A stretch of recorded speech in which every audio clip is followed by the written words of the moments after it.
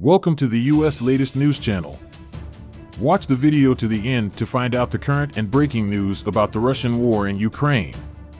Lithuanian Defense Minister Arvydas Anušauskas announced that Lithuania has switched to a full defense and rapid response strategy on the grounds that the concentration camps of Russian citizens recruited as part of the partial mobilization announced by Russian President Vladimir Putin are close to the Lithuanian borders.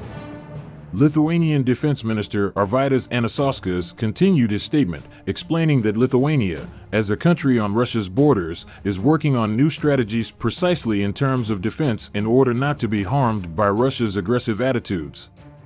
Lithuanian Defense Minister Arvydas Anušauskas stressed on his social media account that any provocative attack from Russia will be dangerous for Russia due to the position of the Lithuanian army and Lithuania, and said that Lithuania is not like Ukraine, and Vladimir Putin's ordering a possible attack on Lithuania could mean the end for Russia.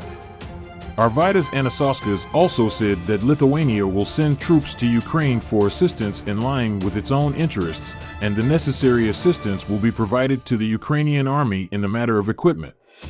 Arvydas Anušauskas, Russian President Vladimir Putin should be stopped immediately, and a report published by the Lithuanian intelligence agency, Russian President Vladimir Putin to work on nuclear weapons, and that could apply in the territory of Ukraine, it was announced that work. On September 21, 2022, partial mobilization was announced in Russia on the instructions of Russian President Vladimir Putin, and so far more than 320,000 Russian citizens have voluntarily submitted applications to join the Russian army. Lithuanian Defense Minister Arvydas Anušauskas, one of Russia's neighboring countries, said that the Russian army and Russian President Vladimir Putin announced partial mobilization due to the inadequacy of their army, and 100,000 Russian citizens who fled Russia were admitted to Lithuania. The Russian Defense Ministry announced yesterday that it is working on making changes to the penalties that will be imposed on the desertion of Russian citizens who were drafted as part of the mobilization and the desertion of soldiers who were in the army during the war from the war, and making the penalties more severe. The updated amendments were updated in the form that Russian citizens who were conscripted as part of mobilization and strict management can be punished up to life imprisonment as a result of desertion in wartime or while at war. Belarusian President Lukashenko has instructed the Secretary of State of the Belarusian Security Council to start preparations for defense due to the aggressive attitude of Russia and Russian President Vladimir Putin. Belarusian President Lukashenko has announced that he has signed a decree on the deployment of troops to the borders of Belarus. In the continuation of his statement, Belarusian President Lukashenko said that he sent Belarusian soldiers to Ukraine for the purpose of helping Ukraine, that the Belarusian soldiers sent do not serve on behalf of Russia, and that Belarus is an independent country. Latvian President Egils Levits announced that weapons and military equipment will be provided to Ukraine as a NATO ally after a meeting with Latvian Defense Minister Artis Pabriks. Latvian President Egils Levits, in the continuation of his statement, stressed that the European Union and the United States should also help Ukraine. Latvian President Egils Levits, after a telephone conversation with Ukrainian President Volodymyr Zelensky, announced that Latvia is behind Ukraine in the face of the invading Russian army and Latvia will provide the necessary assistance to Ukraine. Latvian President Egils Levits stressed more than once during his speech that the number of aid provided by the European Union and the United States to Ukraine should be increased. According to the Latvian Defense Minister, Russian President Vladimir Putin is preparing for nuclear war and it must be stopped immediately. Latvia Intelligence Agency report published today within the scope of the mobilization of the Russian army conscripts in the Russian army escaped from the citizens of Latvia to Belarus border countries such as Turkey, and the partial mobilization they fled to Latvia and Russian President Vladimir Putin declared by more than 100,000 since the beginning of the Russian army announced the coming of a Russian citizen. Who doesn't want to fight in? The Ukrainian presidency announced that military uniforms and winter clothing for the Ukrainian army will be purchased from Denmark. Ukraine's President Volodymyr Zelensky, Danish Foreign Minister Jeppe Kofod, after meeting with Ukraine's winter clothes and military uniforms for the army of Denmark, except for military equipment and weapons, would be said. Ukrainian President Volodymyr Zelensky, in the continuation of his statement, thanked the Danish government and Danish Prime Minister Lars Løkke Rasmussen for the political and military equipment.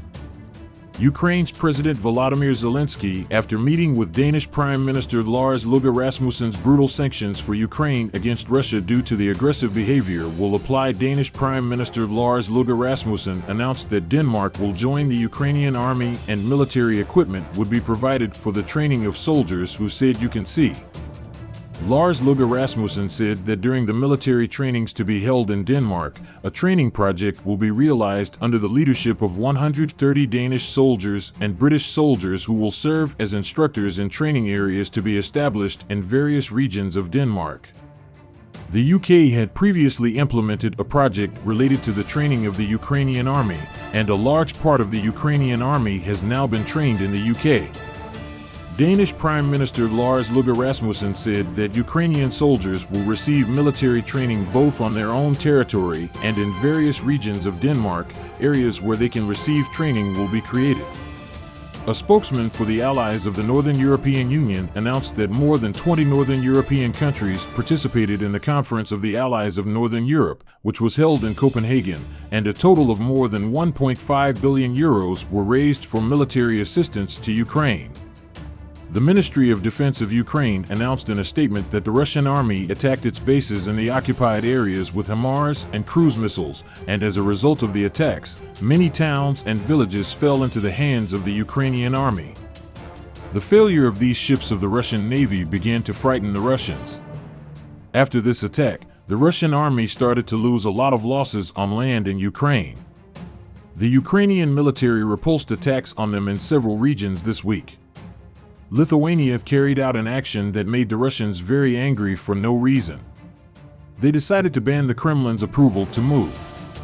Russia carries out equipment transportation through the territory of Kaliningrad. But something happened that they never expected. It was met with a very strong decision from Lithuania. This move made by Lithuania, the Kremlin spokesman, who announced that the European Union has put back the sanctions it has taken in response to the Russian invasion, received support from various countries. The Kremlin Peskov did not like the Lithuanian decision and made a statement against it. In the statement made, the Kremlin received great support from Peskov. According to this person, this decision is extremely different, and it is obvious that it was taken by the decision of the European Union. This is a violation of everything. He said that the sanctions that have been decided will also be applied to the direct transitions. It turned out that the promises made to the Russian soldiers occupying the Ukrainian lands were not kept. Russian soldiers, who came to war in return for certain conditions, are not satisfied with the situation. They want the promised conditions to be met. The Ukrainian government has intercepted some phone calls of Russian soldiers. Ukrainian Deputy Interior Minister Anton Gerashenko reportedly recorded a telephone conversation in which a woman told a man pretending to be Russian personnel to limp. It has been reported that monetary payments will be made for his rest, but what was said is not fulfilled, and then they deliver nothing. Exactly 1 battalion of soldiers was enraged after this incident, and then started a revolt. He assured the soldiers that the commanders would take care of their business. Ukrainian forces also killed 29 Russian soldiers on September 18th and destroyed 2 M-142 howitzers, an M-142 howitzer, and a BMP-3 infantry fighting vehicle, the Southern Operational Command said. About 200 Russian soldiers died in the explosion in the occupied Svatov. Luhansk Oblast Governor Serhiy Haidai reported that about 200 Russian occupiers were killed in an earlier explosion in Russian-occupied Svatov on September 18th. The Ukrainian Energy Ministry reported that about 18,800 consumers have regained power in Donetsk, Zaporizhia, and Mykolaiv oblasts. However, due to hostilities, about 793,300 consumers remain disconnected.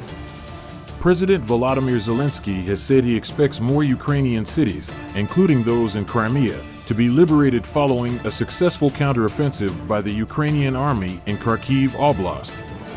Izium, Balaklia, Kupiansk, these words are heard everywhere, Zelensky said on September 18th. Poland and the Baltic countries are reportedly closing their borders to Russian tourists on September 19th. Christy Rake, director of the Estonian Foreign Policy Institute, tweeted that Poland, Estonia, Latvia, and Lithuania will temporarily restrict the entry of Russian citizens with EU visas into the country. The Ukrainian army struck Russian strongholds, checkpoints, air defense systems. Over the past 24 hours, the Ukrainian Air Force has carried out 20 airstrikes and successfully hit 15 Russian strongholds and 4 regions with air defense systems. Ukrainian forces successfully repelled attacks near the villages of Vesela Dolina and Mariinka in Donetsk Oblast, as well as Hoptivka and Kupiansk in Kharkiv Oblast. Over the past day, Russia has conducted 3 missile strikes and 11 airstrikes. It has carried out more than 40 attacks from rocket launchers that have damaged infrastructure in 24 settlements. Zelensky's chief of staff says there's no point in talking to Russia. Andriy Yermak, the head of the presidential office, said the war could only be resolved with sanctions and a Ukrainian military advantage.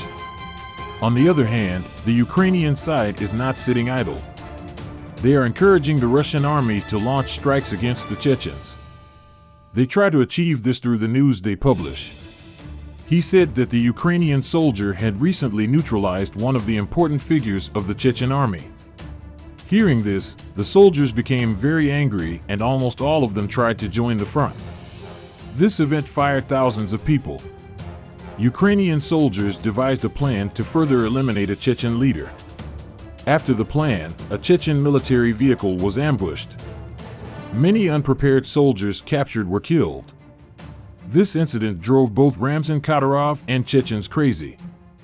Although the Chechen army suffered heavy military losses, it never stopped helping the Russian forces. As a result, people started to believe more in Putin and Ramzan Kadyrov. A hiding place of Kadyrov's army was identified by the Ukrainian army.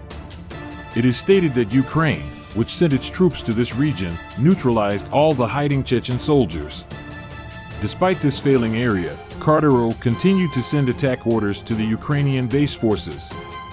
They took some places. Kadyrov's soldiers were also neutralized in the fighting that lasted until the late hours, and the meeting that Kadyrov planned to discuss the situation is seen as the biggest reason for this incident. Russia's armed forces are in big trouble. Incoming information indicates negative news. It shows that the military structure of the occupying Russian state in Ukraine has been largely destroyed as a result of unsuccessful attacks on various areas of the country. Control of the Mykolaiv area in southern Ukraine is a place they have already tried to control in the past, but have failed to take according to some reports of casualties. Armored vehicles such as tanks, mobile rocket launchers, motor artillery, and other armored vehicles were used by the Russian invaders last night in Zaporozhye. According to published